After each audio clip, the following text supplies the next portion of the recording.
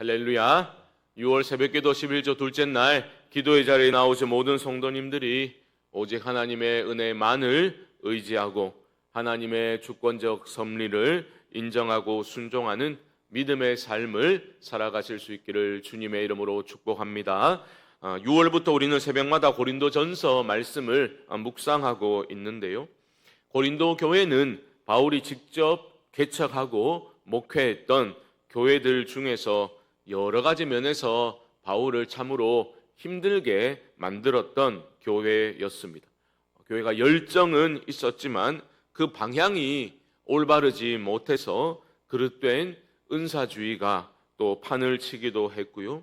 또 교회 안에 음행의 문제가 발생했는데도 제대로 대처하지 못했을 뿐만 아니라 여러 다양한 문제들이 연속적으로 터져나왔던, 표현이 좀 그렇긴 하지만 매우 골치 아픈 교회였습니다. 골치 안 아픈 교회도 있나? 우린 그렇게 생각하겠지요. 맞습니다. 이 땅에 존재하는 교회 중 온전한 교회는 없습니다. 중요한 것은 뭐냐? 교회에서 발생하는 여러 문제들을, 그런 문제들을 통해서 우리 자신의 모습을, 연약함을, 완악함을 되돌아보고 제대로 진단하고 하나님의 은혜를 의지하여 고쳐나가려는 그러한 노력이 공동체 안에 있어야 한다라는 거죠. 우리의 어리석음과 연약함을 뛰어넘어 역사하실 하나님의 신실하신 은혜와 그 사랑을 힘입어서 우리 성광교회도 조금씩 더 성숙을 향해 나아가는 믿음의 공동체가 될 수 있기를 주님의 이름으로 또한 축복합니다. 특별히 오늘 본문에서 바울이 제기하고 있는 문제는 교회 안에 일어났던 분쟁의 문제인데요. 바울은 고린도 교회 성도들을 향해서 매우 강한 어조로 책망을 하고 있습니다. 3절 말씀 보시면 너희는 아직도 육신에 속한 자로다. 너희 가운데 시기와 분쟁이 있으니 어찌 육신에 속하여 사람을 따라 행함이 아니리요. 성도들을 향해서 바울은 너희가 육신에 속한 자다라고 그렇게 책망을 하고 있습니다. 그리스도의 영이 성도 안에 거하시게 되면 영에 속한 자로 살아가야 하지요. 그런데 지금 고린도 교회 성도들이 보여주고 있는 모습은 영에 속한 자가 아니라 육에 속한 자의 전형적인 모습이다라는 겁니다. 이것은 너희가 구원을 받지 못했어 이런 의미라기보다는 너희가 마치 지금 하는 행동은 예수 믿기 전에 그런 세상적인 모습으로 방식으로 판단하고 행동하고 있는 거야 라는 강한 책망으로 여러분 이해하시면 되겠습니다. 그렇다면 바울이 왜 이렇게 분노하며 교인들을 책망하고 있습니까? 그가 비판하는 교회 안의 시기와 분쟁은 구체적으로 어떤 모습으로 나타났습니까? 4절을 보시죠. 4절. 어떤 이는 말하되 나는 바울에게라 하고 다른 이는 나는 아볼로에게라 하니 너희가 육의 사람이 아니리요. 고린도 교회 안에서 특별히 일어났던 시기와 분쟁의 문제는 교회 사역자들을 둘러싸고 발생했던 문제였습니다. 이미 1장에서 바울은 이 문제를 언급을 하였죠. 고린도전서라는 편지를 시작하면서 인사말을 마치자마자 바울이 언급했던 문제가 바로 교회 안의 그 분열, 파당의 문제였지 않습니까? 그만큼 바울이 이 문제를 심각하게 크게 보았다라는 겁니다. 1장에서는 바울과 아볼로라는 이름 외에도 다른 이름들도 거론이 되었죠. 베드로와 그리스도, 심지어 그리스도파다 그렇게 주장하는 사람들도 교회 안에 있었던 것 같습니다. 교회 안에 파벌이 생겨났다라는 것은 심각한 문제이지요. 이것은 단순한 어떤 취향의 문제가 아니었습니다. 예를 들면 나는 예화는 별로 없어도 오직 성경 말씀 이야기만 하는 그 목사님 설교가 너무나 은혜가 되더라. 그런데 어떤 사람은 무슨 소리 하냐? 그래도 실제적인 간증, 예화가 많은 설교, 난 그 목사님 설교가 훨씬 더 마음에 와닿고 은혜가 되더라. 개인적인 취향은 존중받아야 한다라고 우리는 생각할 수 있겠죠. 하지만 저는 이렇게 교회를 섬기면서 그런 생각을 하게 돼요. 그러한 개인의 취향과 또 교회 안에 분열을 일으킬 수 있는 교만함 사이의 경계는 참으로 희미하구나라는 생각입니다. 많은 경우 개인적 취향이라는 것은 다른 사람들을 판단하는 교만한 잣대로 너무나 쉽게 변질될 수 있기 때문이죠. 특히 고린도 교회 안에서는 바울과 아볼로를 둘러싸고 파당이 형성되어 있었지 않습니까? 바울이 그 소식을 듣고서 성도들을 향해서 그래도 취향은 존중받아야지 이런 식으로 절대로 말하지 않습니다. 교회 안에서 그런 문제로 시기와 분쟁이 일어나는 것은 그야말로 너희가 육신에 속한 자처럼 행동하고 있는 것이다 라고 책망하고 있죠. 단호하게 책망을 하면서 당장 멈추라 명령을 하고 있습니다. 책망의 이유는 분명합니다. 뭡니까? 사람은 아무것도 아니기 때문입니다. 뭐 사역자 다 필요 없다 그런 말이 아니라 교회가 어떤 존재이고 교회의 본질적 사명과 그 열매를 생각할 때 모든 초점은 사람이 아니라 구원하시는 하나님께만 집중되어야 함을 바울은 강조하고 있는 겁니다. 5절 말씀 다시 보십시오. 5절입니다. 그런즉 아볼로는 무엇이며 바울은 무엇이냐? 그들은 주께서 각각 주신 대로 너희로 하여금 믿게 한 사역자들이니라. 여기서 주목할 부분은 바로 주께서 각각 주신 대로라는 표현입니다. 주께서 부르신 자들이라는 거죠. 사역자들을 통해서 주님은 성도들을 자라나게 하십니다. 하지만 생명을 자라나게 하는 것은 전적으로 하나님이 하시는 일이다라는 점을 바울은 강조하고 있는 거죠. 6절과 7절 말씀 보십시오. 나는 심었고 아볼로는 물을 주었을 때 오직 하나님께서 자라나게 하셨나니 그런즉 심는 이나 물 주는 이는 아무것도 아니로되 오직 자라게 하시는 이는 하나님뿐이니라. 바울은 분명히 말하고 있죠. 나는 심었고 아볼로는 물을 주었어. 우리는 아무것도 안 했어라고 말하지 않습니다. 최선을 다해서 모든 것을 바쳐서 헌신을 했습니다. 그러나 중요한 것은 뭡니까? 오직 하나님께서 자라나게 하셨다라는 거죠. 하나님이 다 하신 겁니다. 그러니까 심는 이나 물 주는 이는 아무것도 아니다라는 고백이 나올 수밖에 없는 거죠. 바울의 분명하고도 통찰력 있는 진단과 처방책은 우리 교회에도 그대로 적용되어야 마땅합니다. 먼저 사역자의 경우, 제가 사역자이니까 사역자의 경우는 너무 결과와 열매에 연연하지 말아야 합니다. 그런 생각을 여러분들이 교회를 앞서 섬기다 보면 그런 생각을 의도적으로 자신에게 상기시켜 줄 필요가 있습니다. 교회가 성장하고 좋은 사역의 열매, 결과를 본다고 해서 어깨에 힘을 주고 으스대면 절대 안 됩니다. 왜요? 내가 아니라 하나님께서 하신 것이기 때문입니다. 반대로 생각해 봅시다. 내가 성실히 하나님 앞에서 성실함으로 최선을 다해서 마음의 중심을 잡고 사역을 했음에도 불구하고 초라한 열매가 주어졌어요. 초라한 열매를 거두게 되었다 하더라도 너무 낭망할 필요도 없는 거죠. 물론 왜 이렇게 되었을까 자신을 돌아보고 분석해 볼 필요는 분명히 있겠지만 너무 자책하지 말아야 할 이유도 교만하지 말아야 할 이유만큼 있는 거죠. 저는 교회의 배려로 안식 주간을 보내면서 끊임없이 제 안에 일어난 질문이 있었습니다. 뭐 당연한 거죠. 나는 잘하고 있는가? 나는 이 성광교회에서 무엇을 하고 있는가? 앞으로 나는 무엇을 해야 할까? 그런 질문이 끊임없이 저에게 올라왔습니다. 안식주간 떠나기 전에 한 성도님은 저에게 문자로 인사를 하시면서 목사님, 안식주간 동안 교회 생각은 하지 마시고 오직 주님 생각만 하십시오. 그렇게 문자를 주셨어요. 너무 고맙잖아요.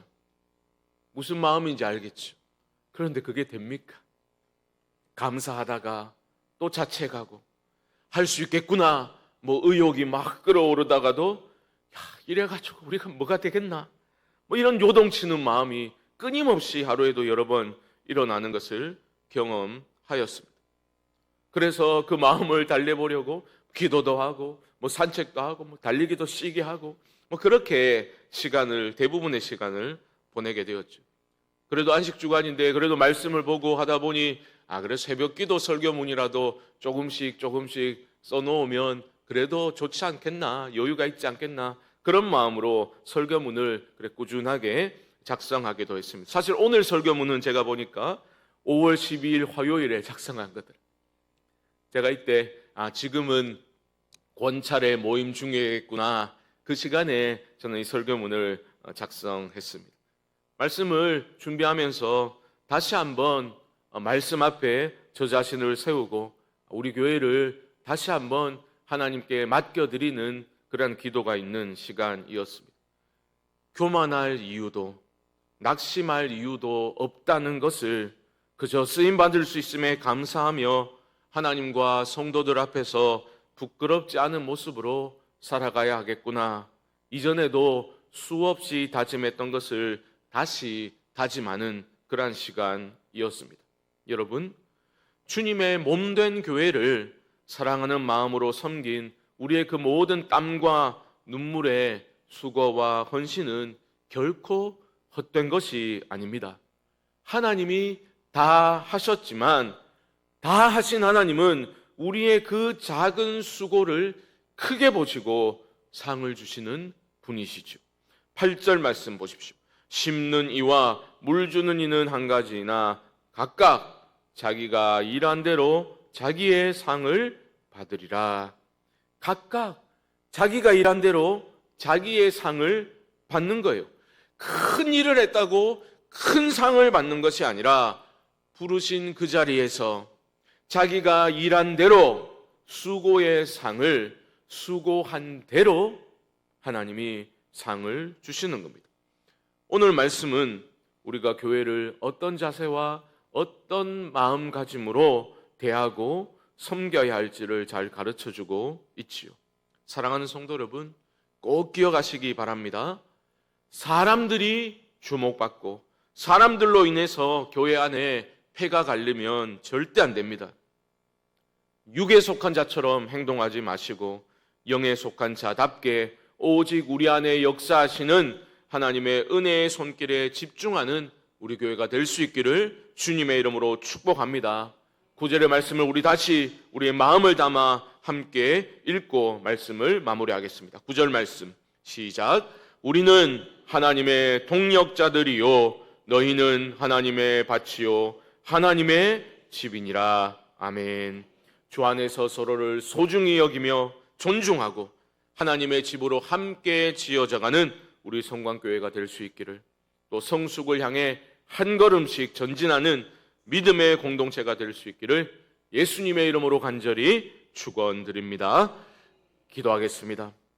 거룩한 사랑의 힘으로 우리 모두를 붙들고 계시는 하나님 아버지, 우리는 믿는다고 말하면서도 우리 안에 여전히 남아있는 어린아이와 같은 미성숙함을 이 시간 말씀 앞에서 우리가 회개합니다.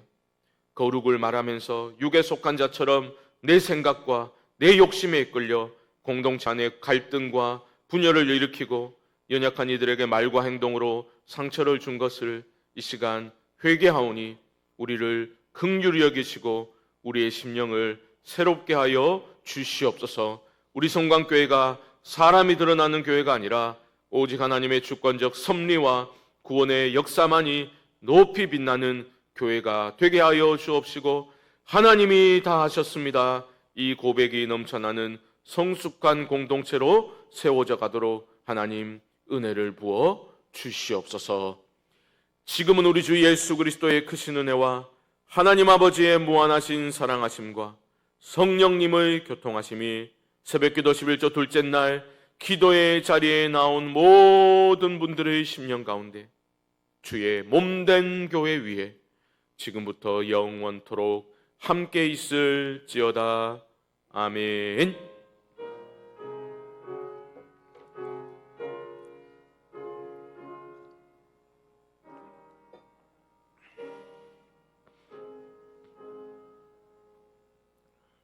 우리 시간 합심으로 한번 기도하면 좋겠습니다. 하나님, 우리 성광교회 안에 모든 성도들이 영적인 성숙을 향해 나아가게 하여 주시고 주 안에서 하나됨을 누리며 선포하는 교회가 되게 하여 주시옵소서. 육에 속한 자처럼 행동하는 것이 아니라 영에 속한 자답게 주님의 마음으로 서로를 대하고 그렇게 함께 지어져가는 우리 교회가 되게 하여 주시옵소서. 금요일은 나라와 민족을 위해서 기도합니다. 하나님, 우리나라를 불쌍히 여겨 주시옵시고 분열과 혐오의 정치가 사라지게 하여 주시옵시고 하나가 되어서 참으로 국민을 위하는 그러한 정치를 할 수 있도록 하나님 긍휼의 은혜를 베풀어 주옵소서. 구석구석 하나님의 공의와 사랑이 흘러가게 하여 주시옵시고 특별히 한국교회를 깨워주셔서 복음의 능력을 회복케 하여 주옵소서. 2026년 우리 교회가 주 안의 주의 은혜로 날마다 새로워져가는 그런 교회로 세워져 갈 수 있도록 하나님 은혜 베풀어 주시옵시고 영혼 구원하여 제자 삼는 교회의 본질적 사명을 넉넉히 감당케 하여 주옵소서. 이외에도 개인적인 기도의 제목들을 가지고 우리 주님의 이름을 한번 부르며 기도하겠습니다. 주여, 하나님 아버지 은혜를 감사합니다. 생명 주시고 말씀과 기도의 자리로 우리를 다시 불러주심을 감사합니다. 이 복된 시간, 이 귀한 시간 우리의 심령이 하나님 앞에 다시 새로워지고 이 하루를 살아갈 때 주와 동행하며 말씀을 기준으로 기도하며 하나님께 우리 주님께 여쭈어보고 우리 주님과 동행하는 복된 믿음의 삶을 살게 하여 주옵소서. 우리 사랑하는 성도님들 함께 말씀을 들었습니다. 하나님 아버지, 고린도 교회 안에 분명히 하나님의 은혜가 있었지만 때로는 육에 속한 자들처럼 시기와 분쟁으로 또한 교회가 어려움을 겪기도 했습니다. 이 땅에 존재하는 모든 교회는 연약함이 있습니다. 우리가 연약하기 때문입니다. 그러나 은혜와 긍휼이 풍성하신 하나님, 연약한 우리 어리석음에도 하나님께서 우리 교회를 이 땅에 세우시고 지금까지 인도하시고 앞으로도 인도해 가실 줄을 믿습니다. 하나님의 일하심을 바라보게 하여 주시옵소서. 나의 생각과 나의 아버지 하나님 제한적인 경험으로 생각으로 함부로 판단하고 분열을 조장하는 것이 아니라 아버지 하나님 모든 것을 하나님께 맡겨드리며 참으로 날마다 겸손함으로 주의 몸된 교회를 사랑하고 서로를 존중하며 그렇게 하나님 아버지 거룩한 성전으로 지어져 갈 수 있도록 하나님 은혜 베풀어 주시옵소서. 이 나라를 위해서 기도합니다. 하나님 불쌍히 여겨 주시옵소서. 긍휼의 은혜를 베풀어 주시옵소서. 아버지 하나님, 이 나라와 민족 하나님을 두려워하게 하시고 하나님의 은혜로 새로워질 수 있도록 주님 도와주시옵소서. 아버지 하나님, 사분오열되어 있는 이 나라가 아버지 하나님 혐오와 아버지 하나님 증오에 아버지와 정치는 사라지게 하시고 참으로 국민을 위하는 정치를 할 수 있도록 아버지 하나님 도와주시고 하나님의 공의와 사랑이 흘러가게 하여 주시옵소서. 아버지 하나님이여, 세대 간에 남녀 간에 지역 간에 갈라져 그 모든 분열이 복음 안에서 아버지 하나님 하나가 될 수 있도록 소망 가운데 기도할 수 있도록 도와 주시옵소서. 특별히 한국교회를 깨워주시고 아버지 하나님이 예수를 자랑하고 복음을 자랑하는 한국교회 될 수 있도록 주여 도와주시옵소서. 2026년 주의 은혜로 날마다 새로워지는 교회가 되기를 소망하고 있습니다. 주여, 우리 힘으로는 안 되겠습니다. 주의 은혜로만 우리를 새롭게 하여 주시옵소서. 기도의 자리, 말씀의 자리에 나온 우리 성도님들을 축복합니다. 가정의 여러 가지 어려운 문제들 주께서 해결해 주셔야 할 모든 문제들 하나님 아시오며 신실하신 하나님 우리의 기도를 들으시고 아버지 하나님 응답하여 주시옵소서. 응답하여 주시옵소서.